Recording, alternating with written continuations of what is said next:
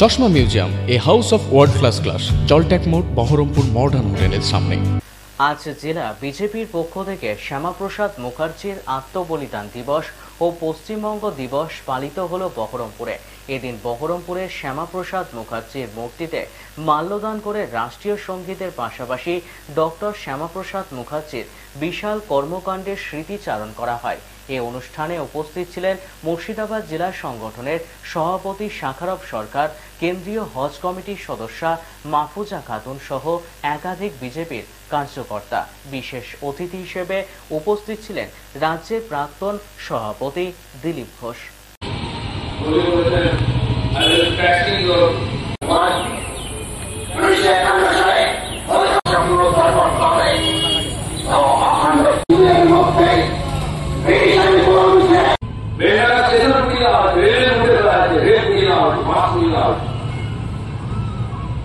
এবং আরেকজন মহিলা দিল্লিতে একটু বলেছিলেন তার প্রতিক্রিয়াও দেখতে পারে, প্রতিক্রিয়া মনোরম হতে পারে, কিন্তু সাম্প্রদায়িক রং নিয়ে বিজেপির অফিস, মন্ত্রী, থানা, রাষ্ট্রীয় সম্পত্তি নষ্ট করা বারবার দেখি। তার মানে এটা রাষ্ট্রীয় যদি শক্তি শক্তি হবে, আমাদের শক্তি বাড়াতে হবে। এখানে মানুষকে, রাষ্ট্রবাদী মানুষকে একত্রিত করতে হবে। সবচেয়ে বড় ছেলে ভারতবর্ষের মধ্যে পশ্চিমবাংলা সবচেয়ে বড় ছেলে, তার মধ্যে মুর্শিদাবাদ, এটা ধরে দেওয়া, পিছিয়ে থাকা যায়। আর সেখানে রাষ্ট্রবাদী শক্তি সক্রিয়, যারা সংসদের আদর্শে কাজ করছেন তাদের কাছে খুব বড় ছেলে নিয়েছি। এই ছেলে নিয়ে এগিয়ে আমরা দাঁড়াবো। আর এই লড়াই চলছে, চলবে। ছোট হলেও এই অনুষ্ঠানকে করে সমাজের সামনে সবসময় মেসেজ দিতে হবে। আমরা ভুলিনি, আমরা ভুলিয়ে বলি জেগে আছে, লড়াই করছি। একদিন একদিন এই কাজে আমরা সফল করবেই। যেমন সারা দেশ এগিয়েছে সমাজের আদর্শের পিছনে, পশ্চিমবঙ্গ জেগে উঠেছে প্রয়াস করছে। তার ফল আজও আমরা পাবো। অনেক চক্রান্ত আমরা দেখেছি, অনেক বিরোধী শক্তি একত্রিত হয় আমরা চেষ্টা দেখেছি। কিন্তু ভারতের যে জাতীয় শক্তি, যে রাষ্ট্র শক্তি, সে অবসরণীয়, সে অবর যুগ যুগ করে বিশ্বকে সে শান্তি ভাঙিয়ে দিয়েছে। তাকে বাঁচিয়ে রেখে আমরা এগোচ্ছি। তার যে অন্তর্নিহিত শক্তি, তার দ্বারাই আমরা নিজেকে শক্তিশালী করে বলিয়া আনবো। বিজয়ী হবো। আশাকে মাননীয় জেলা সভাপতি, মাননীয় আজকে যে কোনো ভাবে বেঁচে থাকার চেষ্টা করছে। আর এই জাতীয়তাবাদী সরকারকে শেষ করার চেষ্টা করছে, নরেন্দ্র মোদীকে সরাবার চেষ্টা করছে। তাই এটি জোট তৈরি করে লড়াই করার পরেও সমস্ত শক্তি লড়াই করেও বিজেপি সমান হতে পারেনি। 135, 235, 240 এবং আমাদের সমকামীদের নিয়ে আমরা মেজরিটি দিই। তো এই যে লড়াই আপাতত আমাদের মনে হইল বলেছিলাম, এবার লড়াই কিন্তু দেখছি না শত্রুকে, কিন্তু ভিতর থেকে আঘাত হবে, সাবধান থাকতে হবে। পশ্চিমবঙ্গে তার রেজাল্ট আমরা বুঝে গেছি, ভারতবর্ষের নানান জায়গায়, উত্তরপ্রদেশে সেগুলো দেখেছি আমরা। এই সমস্ত বিরোধী শক্তি একত্রিত হয়ে বিদেশের সাহায্য নিয়ে, অন্যান্য সহযোগিতা নিয়ে বিজেপিকে হারাবার চেষ্টা করছে, অনেকটা সফল হয়েছে। তো সেই জন্য সময় এগিয়ে আসছে এই সব শক্তিকে দুর্বল করতে হবে, তবে দেশ শক্তিশালী হবে। আর তার জন্য আজকের দিন আমাদের সভাপতিরা বিজেপি সংস্কার প্রয়োজন দিয়েছে। সারা ভারত আগেই তাকে গ্রহণ করেছে। রাজ্যের যে বিজেপি ক্ষমতায় এসেছে তার লাভ সেটা মানুষকে, কেন্দ্রে বাংলার ক্ষমতায় এসেছে পশ্চিমবঙ্গ কিন্তু নির্ণায়ক শক্তি হিসাবে বিজেপি তৈরি করতে পারেনি। গত বিধানসভায়, তারা লোকসভায় আমরা প্রধান বিরোধী শক্তিতে উঠে এসেছি, কিন্তু তাতেই হবে না। শ্যামাপ্রসাদের স্বপ্নকে সফল করার জন্য পশ্চিমবঙ্গের বিজেপি ক্ষমতায়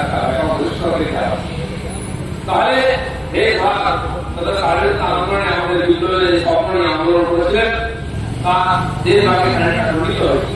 যে বাংলা আমাদের হাতে আছে, সে বাংলাকেও শক্তি সামর্থ্যশালী করতে হবে। তাহলে যে অখণ্ড ভারতের কল্পনা সমাপ্ত করেছিলেন, অখণ্ড ভারতের স্বাধীনতা যে তিনি লড়াই করেছিলেন, সে অখণ্ড আমরা চাননি। কিন্তু যখন পুরো ক্ষমতা চলে যাচ্ছে, তখন হিন্দু প্রধান বাংলা দিয়েছিলেন।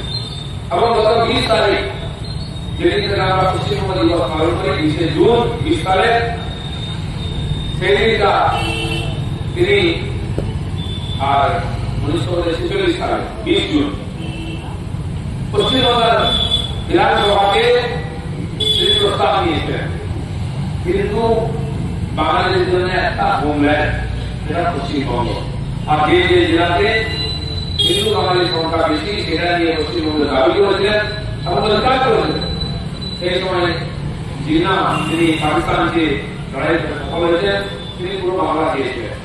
তিনি যখন শ্যামাপ্রসাদ ঝাঁপিয়ে পড়লেন, সমাজকে জাগালেন, যে বললেন মানুষকে একত্রিত করলেন, বুদ্ধিজীবী সমাজকে একত্রিত করে সভা করলেন, তাদের বোঝালেন, তারা এগিয়ে গেল রাস্তায়।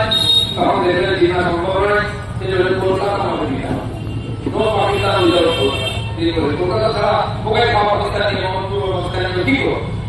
শ্যামাপ্রসাদ বলেছিলেন যে জিন্না তুমি ভারত ভাগ করে দাও, আমি পাকিস্তান ভাগ করে দেখাবো, এবং পাকিস্তানকে ভাগ করে তিনি পুরো পাকিস্তান ভাগ দিয়ে পশ্চিমবঙ্গ তৈরি করো। যেখানে আমরা আজকে দাঁড়িয়ে আছি, যেখানে যুদ্ধের থেকে মমতা ব্যানার্জি আজকে রাজত্ব করছেন, এটা শ্যামাপ্রসাদের জন্য। তাই তারা আপনারা চেষ্টা করছেন বীজ জমিকে ভুলিয়ে দিতে, পশ্চিমবঙ্গ পূর্ববঙ্গ ভুলিয়ে দিতে, পশ্চিমবঙ্গের নাম পাল্টে ইতিহাসকে পাল্টে শ্যামাপ্রসাদকে ভুলিয়ে দিতে আপনারা মনে করেন। আমরা বুঝতে দিই, বুঝতে দেবো না।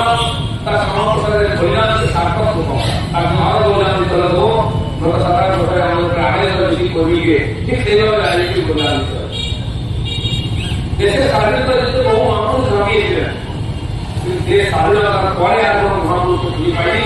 শেষ মহাপুরুষ শ্যামাপ্রসাদ মুখার্জি স্বাধীন ভারতের আর প্রথম রাজনীতিক শহীদ। আজকের দিনে তিনি শহীদ হয়েছিলেন সেই যুবসত্তাকে, দূরদর্শী মহাপুরুষকে, তার আদর্শকে আমাদের হৃদয়ে মাঠে আছে, আর তাকে প্রতিষ্ঠিত করে বাংলা পরিবর্তন করতে হবে, বাংলা যে হাজার হাজার বিপ্লবী শত শত ক্রান্তিকারী প্রাণ দিয়েছেন এই পশ্চিমবাংলা তথা ভারতের একতার জন্য, তাদের সফলতার দায়িত্ব আমরা নিয়েছি, সেটা আমরা সফল করবো।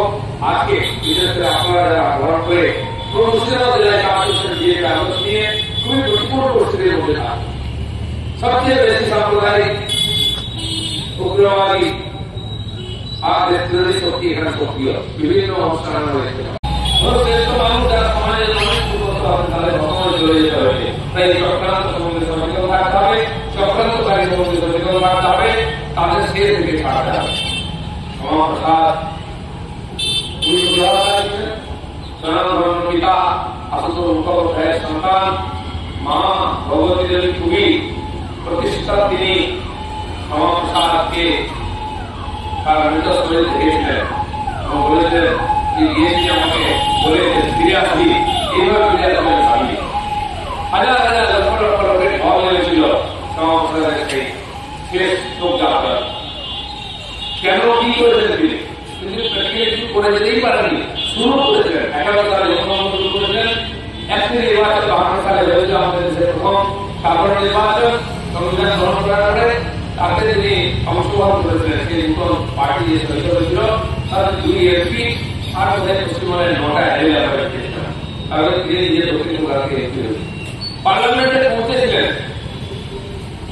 নেহরুর মতো বিশ্বস্ত নেতা, তার সমাজে কোনো পার্টি তো তৈরি হয়নি, কিছু সোশ্যালিস্ট এটা ওটা পার্টি ছিল, তাদেরকে এক করে আজ যে এনডিএ তৈরি হয়েছে, অটলের নেতৃত্বে এনডিএ তৈরি হয়েছে, মুক্তি দল নিয়ে সরকারের এসেছে।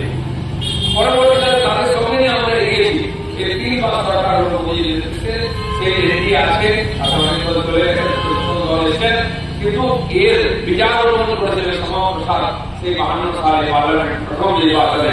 অন্যান্য নির্দল এবং ছোট দলকে নিয়ে তিনি একটা শক্ত বিরোধী তৈরি করে সরকারকে কিন্তু রাস্তায় চালানোর চেষ্টা করেছিলেন, এবং তার এই ভাষণ দুজন মধ্যে একটি পার্টি, তিনি তার নেতা হয়ে বিরোধী নেতা হয়ে গেছেন ওখানে ভগবতীয় ভাবে সব তিনি বক্তব্য রাখতেন সরকারের মধ্যে।